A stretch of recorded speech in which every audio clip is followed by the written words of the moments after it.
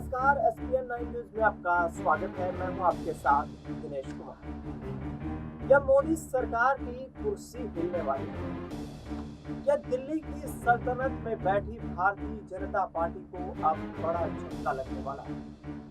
ये तमाम सवाल और ये तमाम बातें इसलिए कह रही हैं क्योंकि सहयोगी दल जो बीजेपी की सरकार में इस वक्त अपना समर्थन देकर केंद्र में सरकार चलाते नजर आ रहे हैं, उनका रुख भारतीय जनता पार्टी से, उनकी विचारधारा भारतीय जनता पार्टी से मेल नहीं खाता। हाल ही में जिस तरीके से एक बार फिर से किसान आंदोलन की ज्वाला तेज हुई, ये ज्वाला पंजाब से दिल्ली की ओर आगे बढ़ती हुई दिखाई। 101 किसानों के जत्थे ने हरियाणा पंजाब के बॉर्डर अंबाला का जो शंभू बॉर्डर है वहां से दिल्ली की तरफ कूच करने का ऐलान किया, लेकिन राज्य सरकार की तरफ से, हरियाणा सरकार की तरफ से जमकर वहां पर टीयर गैस के गोले दागे गए, किसानों पर पानी की बौछारें की गई। लेकिन किसानों ने कहा कि हमारे हौसले पस्त नहीं होंगे, हम दिल्ली अवश्य जाएंगे और दिल्ली जाने के लिए किसी को यहाँ पर रोकने का कोई अधिकार नहीं है। इस बीच हरियाणा सरकार के कैबिनेट मंत्री अनिल विज ने कहा है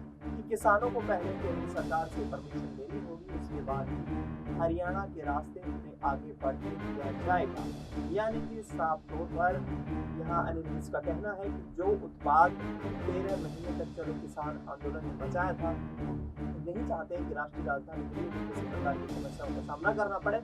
ऐसे में किसानों को हरियाणा पंजाब बॉर्डर पर ही रोका गया। 8 दिसंबर को फिर से किसान नेताओं ने दिल्ली कूच करने का ऐलान किया है। इस बार अधिक अच्छी तरीके की तैयारी के साथ किसान दिल्ली की ओर आगे बढ़ने का ऐलान करते हुए नजर आ रहे हैं। लेकिन नीतीश कुमार की पार्टी के दिग्गज नेता केसी त्यागी ने यहाँ पर एक बड़ा बयान दिया। केसी त्यागी ने कहा है कि राज्य और केंद्र सरकारों को अब किसान के बारे में सोचना होगा।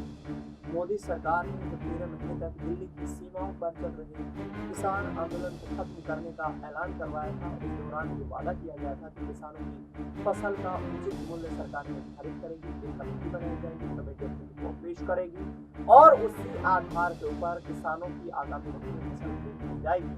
लेकिन यहाँ पर केसी त्यागी बिहार के किसानों की भी चिंता व्यक्त की। उन्होंने कहा कि देश में इस वक्त बिहार किसान की आर्थिक स्थिति सबसे खराब है। बिहार का किसान लगातार अपनी फसल की एमएसपी मांग कर रहा है, लेकिन वो प्रदर्शन नहीं कर सकता है क्योंकि एपीएमसी खत्म कर दी गई, यानी कि बिहार से मंडियां खत्म कर दी गई। केसी त्यागी के इस बयान से खलबली मचती नजर आ रही है। चंद दिनों पहले यहाँ पर देश की राजनीति में एक बड़ा पद रखने वाले और संवैधानिक रूप से देखें तो दूसरे दर्जे के नागरिक यहाँ उपराष्ट्रपति जगदीप धनखड़ ने भी मोदी सरकार को कड़े शब्दों में सुझाव दिया, एक यहाँ पर संकेत दिया कि किसान को आप कमजोर नहीं समझ सकते, देश का किसान मजबूत है, आगे आने वाले वक्त में हमें उनके उद्धार के बारे में सोचना होगा। अब देखना ये होगा कि आखिरकार क्या चंद्रबाबू नायडू और नीतीश कुमार यहाँ से मोदी सरकार से किनारा करते हुए किसानों के मुद्दे पर नजर आएंगे, क्योंकि बिहार में भी तेजस्वी यादव ने ऐलान कर दिया कि जल्द किसान आंदोलन यहाँ आगे आने वाले वक्त में मोदी सरकार से अपने हकों की लड़ाई की लड़ने के लिए तैयार होने वाला है। फिलहाल इस खबर में इतना ही। देश दुनिया की तमाम बड़ी खबरों के लिए आप देखते रहिए एसपीएन।